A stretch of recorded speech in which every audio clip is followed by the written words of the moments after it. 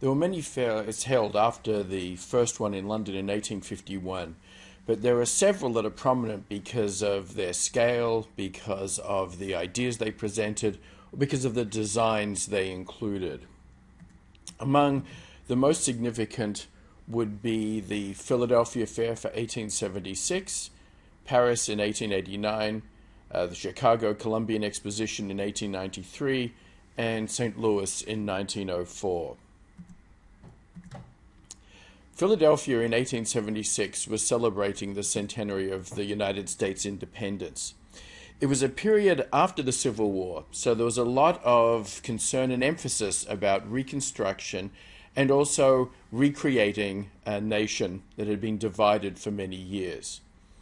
The common theme of independence centennial drew the fair together and gave it its main purpose.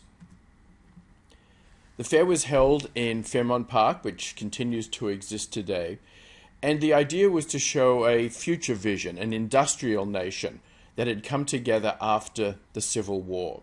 It was a way of constructing a new national identity.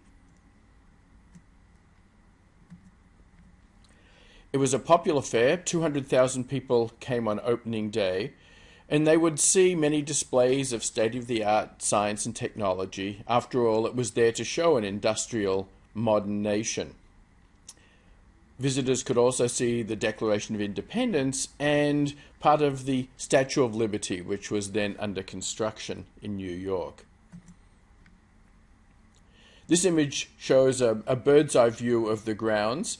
There is one main building and a number of secondary buildings that were part of the fairgrounds. It's important to note that after a number of fairs that held everything in one building, there started to be a campus design where there became multiple buildings for the fair with a few landmarks and significant structures. But the fair slowly evolved over the 19th century to be a place where there were many pavilions rather than simply one. This is a view of the principal building of the Centennial. And again, it's a grand structure. So visitors would see a building of a design and scale that they normally wouldn't see. It was part of the awe inspired by visiting the World's Fair. This was a common interior where you would go and visit, see some of the technology of the day. As we mentioned earlier, though, that it often wasn't interpreted, that it was up to the visitor to make sense of all of the objects that were being presented to them. A common feature of World's Fairs in this period was the Women's Pavilion, which reflected great concern over the role of women in the United States, in particular about women's rights and suffrage. These pavilions were often very controversial at very many different levels, however. On one hand, they only represented one group of women, the elites who determined what the pavilion would show, and usually minority women were excluded.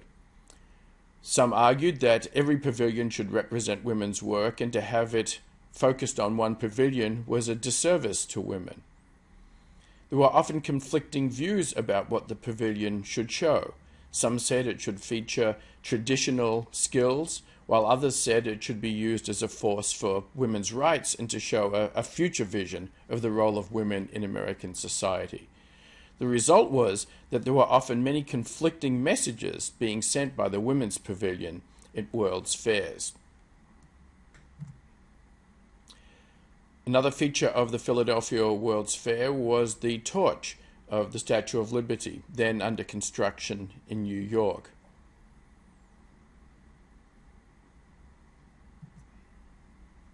This is the central centennial fountain of the World's Fair. Interestingly, it was constructed and paid for by a temperance group, showing how interests were often involved in World's Fairs to promote a particular world view. In this case, temperance was a key issue at the time, concern over drinking, and this fountain was a way of promoting a particular policy or view.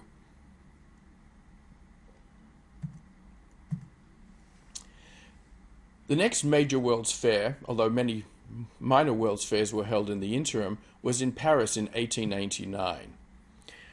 While Paris has not had the most World's Fairs, I would argue that its fairs have been perhaps the most significant because of what they showed, how they showed, and their focus on art, science, and technology that shaped the rest of the world.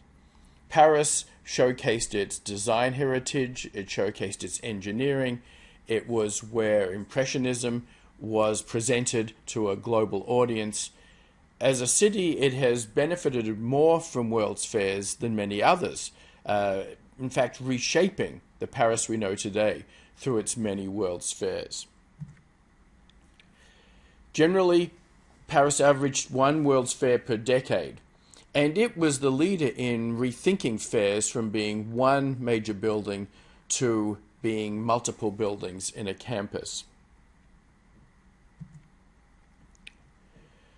Paris was interested in World's Fairs because it saw it as a vehicle for claiming its position as a leading center of art and design and engineering. The fair was used to promote a view of Paris as a global city of the time. Perhaps the most famous legacy, the most iconic structure of the modern age, is the Eiffel Tower, which was built for the 1889 World's Fair in Paris. It was planned by Gustave Eiffel to showcase French engineering and technology, but also to promote his business, which was at this stage a global consulting engineering firm around major large-scale construction projects. In promoting a tower for the fair, it met with very mixed responses. The tower was often despised, and there were many lawsuits to stop its construction. It was termed metal asparagus, and it was seen as a symbol of the ugliness of the industrial age. It was only when Eiffel personally guaranteed that he would cover any lawsuit settlements that the tower was able to be completed. Once completed, however, plans to have it as a temporary structure soon faded. Eiffel earned 80% of the revenue from the tower, and French residents got used to the idea of the Eiffel Tower, and in fact it became the icon it is today. The government took over control in 1900, and it has remained as perhaps the most recognizable landmark globally.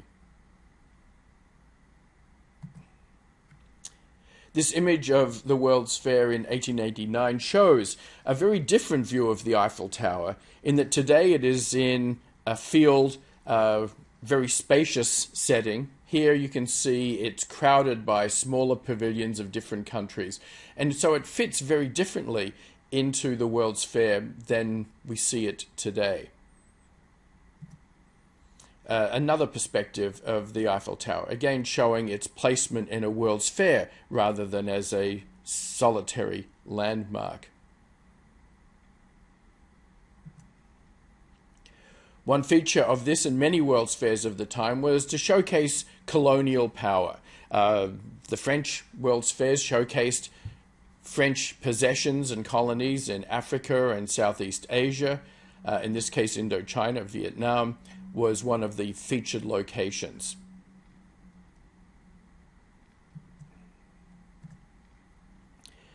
The next major World's Fair was in Chicago, the Columbian Exposition of 1893.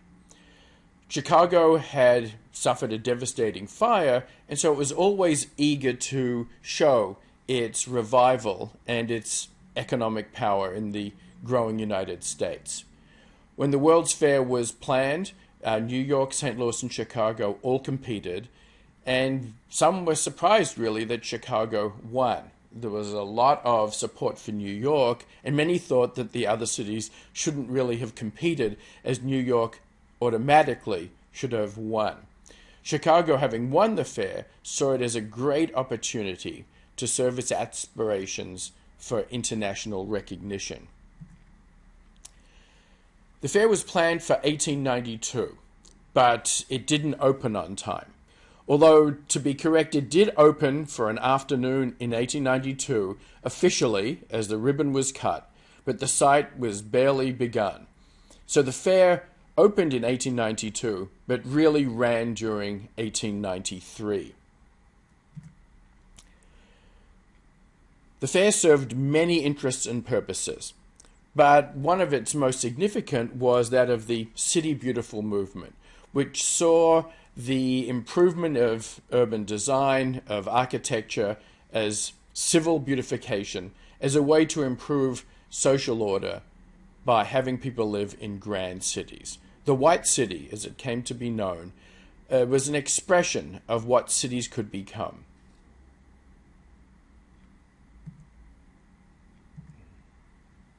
The fair was located in Jackson Park, south of the city, and it was led by architect Daniel Burnham and landscape architect Frederick Law Olmsted.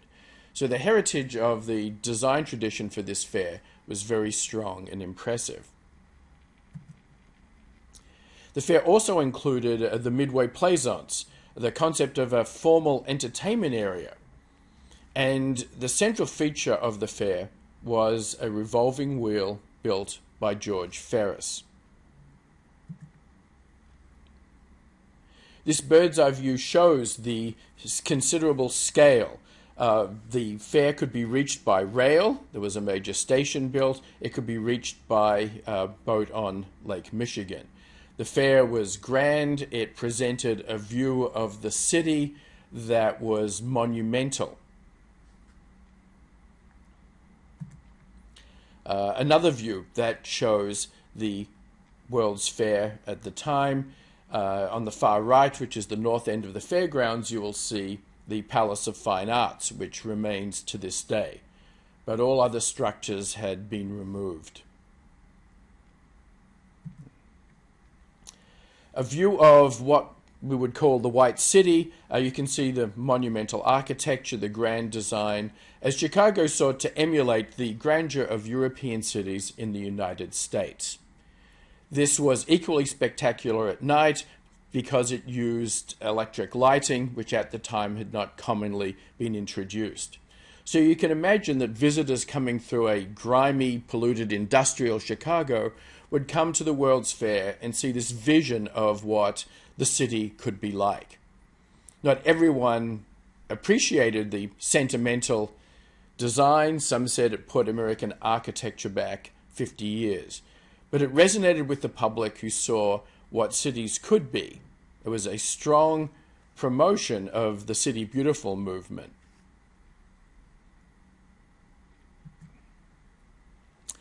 This view of the Midway, including the Ferris wheel, shows the entertainment zone of the fair.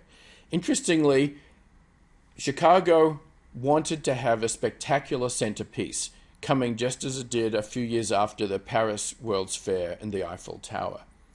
Eiffel offered to build a tower for Chicago, but he would not exceed the height of the one in Paris.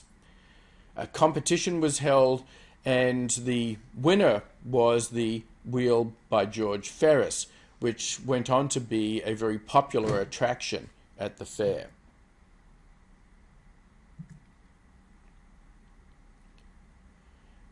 Another pavilion at the fair was the Women's Pavilion once again. This pavilion was equally significant in its showcasing of both professional and traditional talents by women. It was very controversial and provided many mixed messages. Interestingly, the Women's Pavilion was placed between the main fairgrounds and the Midway because it was seen as having a moderating influence on fairgoers who would need to go through or past the Women's Pavilion as they left the entertainment zone and moved on to the more significant main grounds of the fair. The Palace of Fine Arts was built so countries would showcase their artwork to visitors.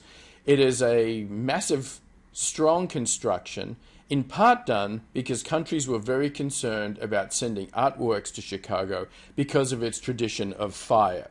This building was constructed to reassure countries that their artwork would be safe.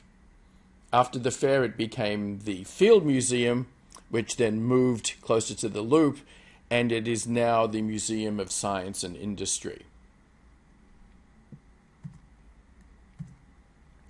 The final World's Fair of this era was held in St. Louis in 1904.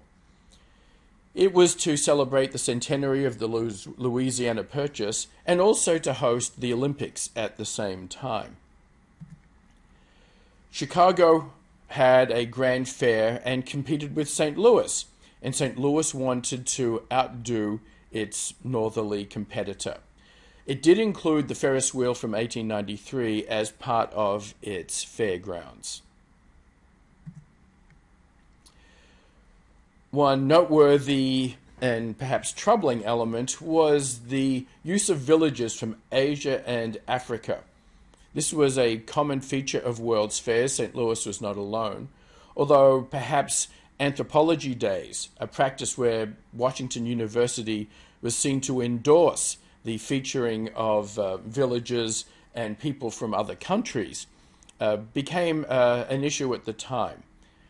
But the decision to showcase other cultures and societies was often done to allow visitors to see that they lived in an advanced country in comparison to the residents of other places. This is a panorama of the St. Louis Fair. As you can see on the right, the Ferris wheel, still a significant part of the fairgrounds. And it is another example, like Chicago, of a grand city built to host an exposition. This is another view taken from the Ferris wheel. It's important to remember that at the time, people did not frequently rise to any heights. There were not a lot of high buildings, and even if the ones that did exist allowed visitors, many people would not experience it. So the Ferris wheel became a way for people to experience a view down on the landscape. It was an unusual experience for that reason.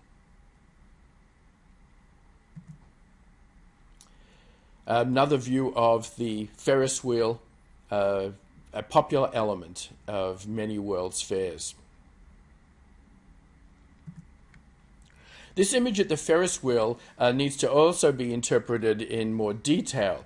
As you can see from the caption, the extremes meet, civilized and savage watching lifesavers exhibition, an Igorot family at the World's Fair. The Igorot were brought from the Philippines to be put on display at the World's Fair to provide a contrast to American life, to that of a developing society. This was one of many groups that suffered the indignities of being presented and living as a display. And you can see by the language of the times that the intention was very clearly made to show the difference in American life versus that in other countries. The Olympic Games were held at the same time. This was the third Olympic Games, so in some ways the Olympics were the lesser event. They were just emerging and they had none of the status that they had today. The World's Fair tended to dominate, and the IOC was not happy with the way that they shared billing for this particular event. The organization of the Olympics was chaotic, there were frequent problems, and the end result was that no one was particularly happy to have an Olympics and World's Fair held at the same time. So looking at these World's Fairs, we can see that on one hand they showed us the best of science and technology. They were platforms to showcase art and culture, and also to show ideas and values. But they also presented the prejudices and biases of the times in their treatment of people from other countries and cultures. The fairs served the interests of elites. They were used to justify the colonial expansion and US policy towards Native Americans. Next week, we will continue our discussion when we look at fairs of the 20th century. In the meantime, if you're interested in reading about World's Fairs, there are a number of books that we can recommend that will show you the history of World's Fairs, the story of the Eiffel Tower, or if you prefer fiction, Eric Larson's combination of fact and fiction, The Devil in the White City, is a presentation of both the World's Fair in Chicago in 1893 and a serial killer who resided at the boundary of the fair and preyed on visitors. Also books by Robert Rydell and his colleagues and Paul Greenhalgh also give you a sense of what World's Fairs of the past were like.